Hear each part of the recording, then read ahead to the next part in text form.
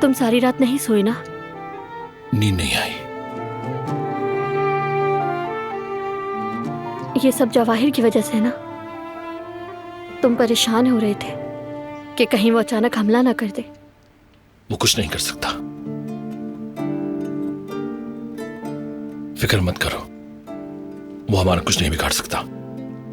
हिफाजत के लिए हमारे घर के बाहर काफी सारे सिक्योरिटी गार्ड्स मौजूद हैं, परेशान होने की जरूरत नहीं। तो फिर तुम सो क्यों नहीं सके?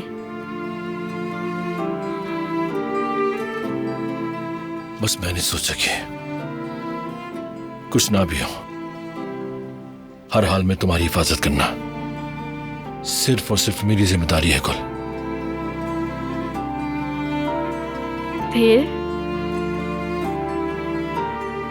मैं तुम्हें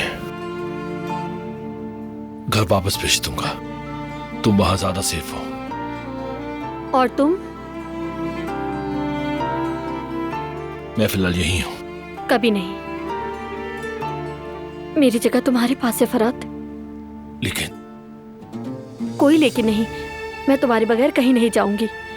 तुम्हें अकेला नहीं छोड़ूंगी, समझ गए?